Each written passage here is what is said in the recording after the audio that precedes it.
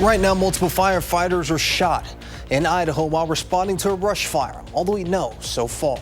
Also, a missing boater has been recovered in the Wisconsin Dells, while police are revealing about the tragic story.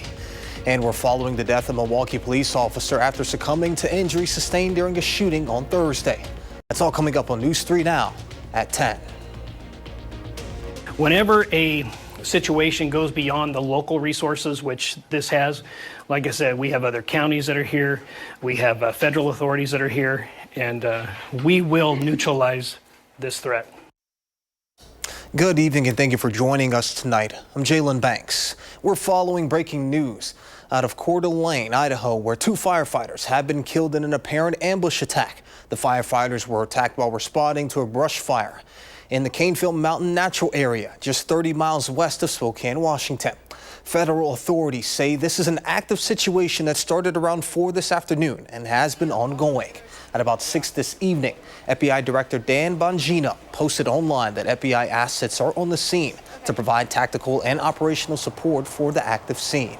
In a news conference, Sheriff Bob Norris says that officers are actively taking sniper fire from high-powered rifles and that they are trying to stop rapid-fire shooting. When asked about the shooters, Sheriff Norris says they still do not have a clear picture on the details of this attack. We don't know if there's 1, 2, 3, or 4. Yeah, we don't know. I'm hoping that somebody has a clear shot and is able to neutralize, because they're not at this point in time showing any evidence of wanting to surrender. So as soon as somebody has a clear shot, I encourage them to take that shot and neutralize the threat. More agencies are moving into the suburb community by the hour. As far as the fire itself, the community's fire chief says that conditions will improve overnight and that they will not be fighting the fire until the shooter or shooters are no longer a threat. We're also bringing you continuing coverage out of the Wisconsin Dells area. The body of the missing boater, Francesco DiFilippo, has been recovered more than 2 months after he was last seen on April 3rd. Rescue teams located him near Newport Beach on the Wisconsin River around 2:13 this afternoon and later confirmed his identity. DiFilippo vanished on April 3rd after a sailboat tied to a kayak capsized. 1 person drifted to shore and 2 were rescued, but DiFilippo, who wasn't wearing a life jacket, went missing. Despite winds and high rough waters, multiple agencies searched for weeks using sonar, underwater drones, and dive teams.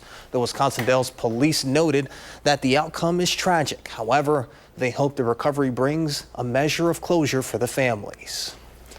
And now let's go ahead and get a look at your first warn forecast with meteorologist Blaise Keller. So Blaise, the first concert in nearly 30 years at Camp Randall was briefly evacuated due to some lightning in the area. That concert, of course, being Morgan Wallen's. As we head into the latter part of the evening, what does that mean for concert goers, people that may be downtown, and just for our area? Yeah, well, first and foremost, that's a great thing that Camp Randall did, because obviously we always say when thunder roars, head indoors. You don't want to be in the path of a lightning strike. The good news is the lightning threat has diminished quite considerably over the last couple of hours. Now it's just going to be a rain type situation for not only downtown Madison, but also for southern parts of our coverage area. We have some of that heavier shower activity off into Iowa County and beginning now to move into western parts of Dane County, stretching from about 12 there, Highway 12, back into Mount Horeb, Brigham, along 151, Dodgeville, south into Mineral Point, impacting Blanchardville, north into Arena and Lone Rock as well. But the heaviest shower activity is moving out of Lamont into Argyle, as well as moving through Wyoto right now in parts of Lafayette County. Maybe a flash of lightning, but these storms have really lost a lot of their energy since the sun has gone down, and there's not a lot of upper level support in the atmosphere to keep these showers into that thunderstorm category. Then we jump over to Walworth County, stretching from the outskirts of Janesville all the way back east into Williams Bay. We find more of that light to moderate rain activity right now. Still have that marginal risk for severe weather, but I think the severe weather window has pretty much closed at this point. We'll still keep an eye out for some strong winds as well as some large hail, but primarily now it's rain and a heavy rain threat, as these are going to be slow moving. As we continue to make our way through the 10 o'clock hour, these showers and thunderstorms will continue to move eastward, and by the midnight hour through the early morning hours on Monday, we are going to be drying out. But rain does return for the second half of Monday. We'll track that out and what the rest of the week looks like coming up in the full forecast. All right, sounds good, Blaze. We'll see you in just a bit. And as always, you can track the forecast for yourself on the First Warned Weather app. It is hourly planners, road conditions, and even radar. You can download it for free in your phone's app store. Just search WISC Weather. A Milwaukee police officer who was critically wounded in a shooting last week has died. Officer Kendall Corder was just 32 years old and has served on the force for 6 years. Corder was one of 2 officers shot Thursday night while responding to a 911 call near 24th and Garfield on the city's north side. Officers were ambushed in an alley where Corder was hit multiple times in the chest and arm. The second officer, 29-year-old Christopher McCray, was also injured but has since been released from the hospital. A 22-year-old suspect, Tremaine Jones, is in custody. Charges are expected in the coming days. Here's Milwaukee's mayor on the tragic death. Officer Corder really enjoyed being a Milwaukee police officer. He enjoyed being on the force. He enjoyed serving this city. And he passed away. He died doing what he loved to do, protecting and serving the people of Milwaukee. Our thoughts are certainly with those involved. Now, a year ago, an EF2 tornado destroyed a church in Argyle. Today, members of Apple Grove Lutheran held a special service outside where the church used to be. Our Tanisha Shaw talked to the congregation about the next steps for their new building.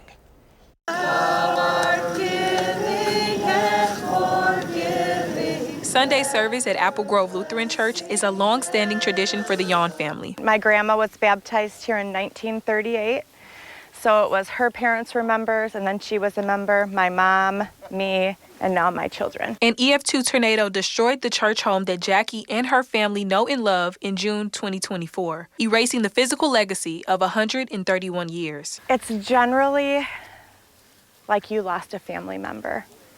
You grieve the loss. You try to accept it. You cry together. You remember things together. A year later, and the entire congregation is coming together to worship where the church used to be. So now we're kind of having this service today, and it's more like the start of a new beginning. I counted about 50 people here at the commemoration service, where they'll be able to hear a good word and see what their new church home will look like. By spring, we'll be breaking ground. So hopefully by next fall, we'll be ready to go. Pastor Dan Bowman says the plan for the new church home is a long time coming. Emotionally, it's been a roller coaster. In planning for the new building came with difficulties. You have a plan, and then that one falls through, and then earlier, 4 months ago, we lost our insurance. I mean, there's all these ups and downs. The congregation misses their old church home, but they're happy to embrace what's to come. It's going to be a new building, but we get to be back where we started. The building will be different, but we'll still have our church. When all is said and done, I think this will really strengthen all of our faith, but it's been a painful journey. Reporting in Argyle, Tanisha Shaw, News 3 Now. Tanisha, thank you. Apple Lutheran Church is holding their regular church services at Yellowstone Lutheran Church in Blanchardville. A Platteville man is arrested Saturday after a hit and run involving a bicyclist in South Lancaster. The Grant County Sheriff's Office were dispatched just before 11 a.m. for a hit and run crash on CTH just east of Highway 129. A short time later, Grant County Dispatch received a report of a vehicle on CTHE approximately a mile east of Highway 61 with damage to the vehicle and a flat tire. The Sheriff's Office reported it contacted a 54-year-old Platteville man who showed signs of impairment. He was later taken into custody and booked into the Grant County Jail on charges of operating while intoxicated, causing an injury, and hit and run, as well as causing great bodily harm. The victim was taken to the hospital for their injuries. Earlier today, the grand opening of the Madison Museum of Art and Technology took place. The museum is a technology-driven digital art museum. Today's event was at Roundhouse Studios, where roughly 50 artists from around the world were showing off their work. that also includes animated art like wearing 3D glasses to see 3D art and adding a dancing silhouette art viewing.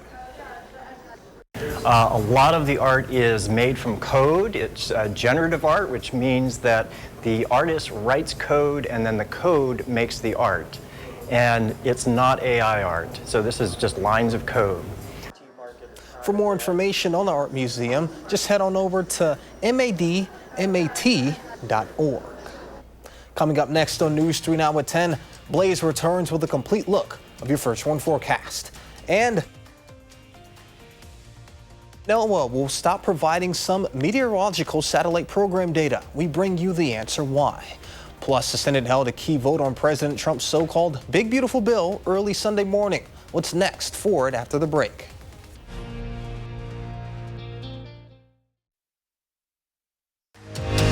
You're watching News 3 Now at 10. The National Atmospheric and Oceanic Administration will stop providing meteorological satellite data by the end of June. NOAA says the move involves a defense satellite program that provides the military with crucial environmental information for operations around the world. The tool has been used to help meteorologists monitor and forecast hurricanes. NOAA's internal notice states that, quote, due to recent service changes, it will end DMSP data ingestion by June 30th. And starting in July, some Americans will be getting smaller Social Security checks. The Social Security Administration says it overpaid millions of dollars over recent years. Now it's trying to recover those overpayments. The overpayments happen due to miscalculations or people not reporting income changes. For people who were overpaid, Social Security had been withholding just 10% of checks. But now the administration says it's increasing that to 50% for some recipients. People can request a waiver if they can't repay or weren't at fault. More controversy surrounding a migrant detention center under construction in Florida's Everglades. The Department of Homeland Security posted on social media an AI-generated meme that shows alligators representing Immigration and Customs Enforcement agents outside the soon-to-be-built detention center. State leaders have dubbed the facility as Alligator Alcatraz. The plan is to open the detention center next month. The facility will be able to house up to 5,000 detainees. Supporters say housing migrants there will ensure that no one escapes because the surrounding area is marshland full of crocodiles, alligators, and other wildlife. But opponents say building a facility like this will cause environmental damage to the Everglades. The Senate continues to debate President Trump's budget bill, otherwise known as the Big Beautiful Bill. The legislation moved one step closer to passage last night, but the Senate is not expected to formally vote on the bill until Monday. CBS News' Willie James Inman has the latest. On Capitol Hill, the Senate continues to hash out President Trump's so-called One Big Beautiful Bill. The yeas are 51, the nays are 49. The motion is agreed to. In a 51-49 vote, the Republican-led Senate advanced the bill late Saturday after an hours-long vote, moving it one step closer to passage. Two Republican senators, Thom Tillis of North Carolina and Rand Paul of Kentucky, joined Democrats in opposing advancement of the bill. Senate Minority Leader Chuck Schumer forced a reading of the entire 900-plus page legislation, delaying what is expected to be hours of debate. There is not expected to be a vote on the bill until Monday. The legislation extends tax cuts from President Trump's first term, removes taxes on tips and overtime, and increases spending for defense and border security. Opponents of the bill argue it would make significant cuts to Medicaid and food stamp programs. On Sunday's Face the Nation, members of Congress had differing views of the bill. You can put as much lipstick on this pig as you want.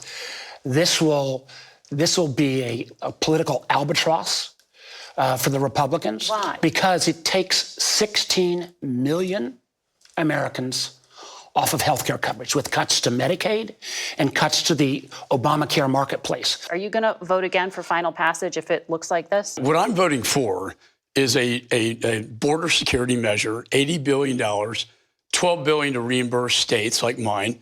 I'm voting for $150 billion that will go to our Department of Defense. The president has repeatedly told Congress he wants to see his big, beautiful bill passed by the 4th of July. Willie James Inman, CBS News, Washington. Republican Senator Thom Tillis came under fire from many Republicans, including the president, for siding with Democrats Saturday night.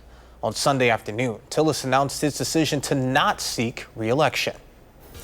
Now let's go ahead and get a look at your first one forecast with the meteorologist Blaze Keller. Blaze. We're going to continue to watch that chance for showers and thunderstorms mainly across eastern portions of the forecast area as we continue to make our way through Sunday night. Most likely just a flash of lightning or maybe a clap of thunder, but it's primarily going to be that light to moderate rain that we were tracking at the top of the newscast. As we go into next week, we are looking at more seasonal temperatures, and we're also looking at the chance for maybe some rain not only Thursday, but also later on the 4th of July. When we look ahead to Monday, we're going to be a little bit less humid. Temperatures certainly cooler than today, back into those upper 70s to low 80s. So pretty seasonal for this time of year. Closer to the Illinois state line, that's where we could squeeze out a few showers and thunderstorms as we head into the mid to late afternoon. Because temperatures are going to be a little bit cooler, we don't necessarily need to wait until the evening to get those showers and thunderstorms to fire up. We can move that a little bit ahead in time to the mid to late afternoon hours. So jumping future track ahead to the early to mid afternoon, we're beginning to see those showers and thunderstorms developing across mainly southwestern portions of the forecast area. They're going to move their way eastward as we go into that 4, 5, 6 o'clock time frame. And then as we get closer to 9 o'clock, so about 8, 9 on Monday, we should be clearing out. Northwesterly winds continue to take on over, and that means that we're going to be ushering in some more comfortable air for Tuesday as a high pressure system sets up across parts of the plains. So that's the reason why we dry out as we go into later parts of Monday night, stay dry Tuesday, Wednesday, and for the most part on Thursday too. Can't rule out a stray shower, and we also can't rule out a stray evening shower or thunderstorm on Friday, which of course is the 4th of July. I say later into the evening on Friday because once again we're going to climb back into the 90s, so we have to wait till we cool down, which will be later in the evening hours on Friday to get those storms going. With the lack of rain expected this week, we're only looking at an additional 1/10 of an inch to maybe a quarter, a half an inch of rain at best. Some isolated spots could pick up around an inch or so if you're underneath a shower or thunderstorm. Most likely looking at tomorrow for that really heavy rain chance. But we really don't need any more rain unless you're across southeastern Wisconsin, because over the last week, some folks have estimated to pick up anywhere between 5 to 6 to 7 to 8 to over 10 inches of rain up there in Monroe County. But if you look across southeastern Wisconsin over the last 7 to 10 days, we've barely picked up a half an inch of rain. So we could use it where it hasn't been falling, but where it has been falling over the last 7 to 10 days, we don't need any more. So there's a look at the 10-day forecast. A stray to isolated shower can't be ruled out Thursday during the daytime hours. And then again, Friday, we're looking at the evening for that. Saturday, a better chance for showers and thunderstorms. Will be a little bit more breezy because for the rest of your 4th of July weekend into that following work week, we're going to be cooling back down into the low to mid 80s. I had asked Blazes before the show. Do you have a favorite firework to use? Are you a big 4th of July person? What's your go-to? I mean, I am, but I really like the mortars. I think those are the ones that pop up and make the big. I mean, the rest of them I could kind of go without. I just like the big explosion shows. And you had mentioned the idea of a drone show. I really would prefer that if it was at all possible. Yeah. I think it's cool. Just it's more visually appealing. I don't know. Hopefully we avoid the rain, but if speaking of making it rain, somebody may be joining the Badgers basketball team this season, making it rain themselves. Yeah, we've got a whole lot of that, a whole lot of basketball for this time of year coming up in sports, but we'll introduce you to the first ever Wisconsin men's basketball player from down under next on News 3 Now. Aussie Rap. Welcome to Myrtle Beach, back-to-back.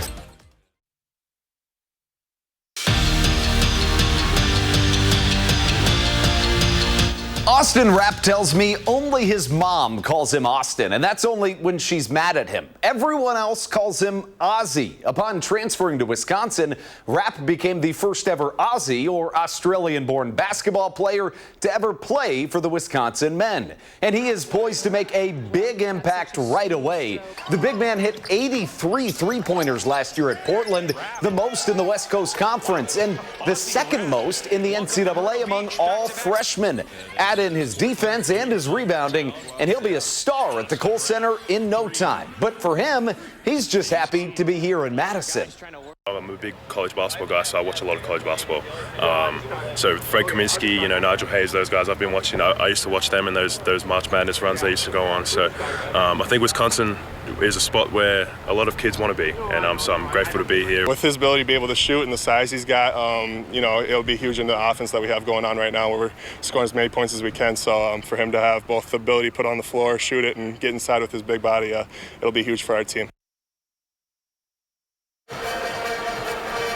With the NBA draft over, let's look ahead. In ESPN's first 2026 NBA mock draft, they have Nolan Winter being selected in the second round. Now, if he is, it would mark the first time since 1987 that a Badger was selected in back-to-back NBA drafts. Surprisingly, John Blackwell is not found in any or many mock drafts. He certainly would be in mine. In Bucks news, the mayor of Milwaukee is set to serve another 3-year term. That's right, Bobby Portis inked a $44 million deal to stick around with the Deer for 3 more years. He's averaged 14 points a game in his 5 years with the Bucks. And this, you've got to see 17-year-old girls travel basketball in Wanakee, and Team Let It Rain lets it rain. How about Claudia Jenny with the game-winning half-court buzzer beater? The game was tied before this. Are you kidding me? Congrats, Claudia, on an incredible shot. The Brewers have the best record in baseball in the last month plus, looking to sweep the worst team in baseball this season. In the 5th, Christian Yelich keeps his bat hot. This solo homer put the Crew up 2-0 and marked his 17th RBI in his last 10 games. But just when it looked like it was over, Colorado climbed back, spoiling the sweep in extra innings as the Crew lose 4-3. To Detroit we go for the final round of the Rocket Classic. It took, get this, 5 playoff holes to decide it, but in the end, Aldrich Potgieter, the 20-year-old, picks up his first ever PGA Tour win. And we will be right back.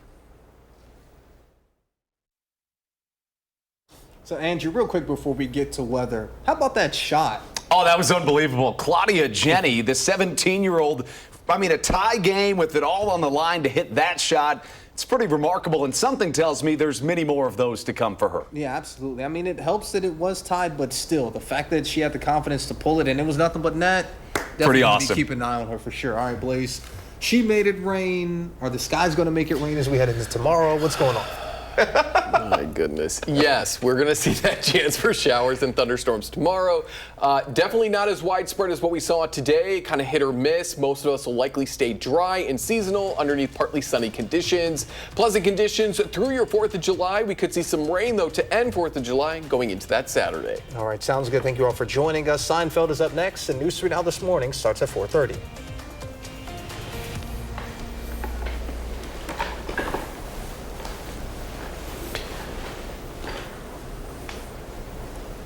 Barneveld, Jr.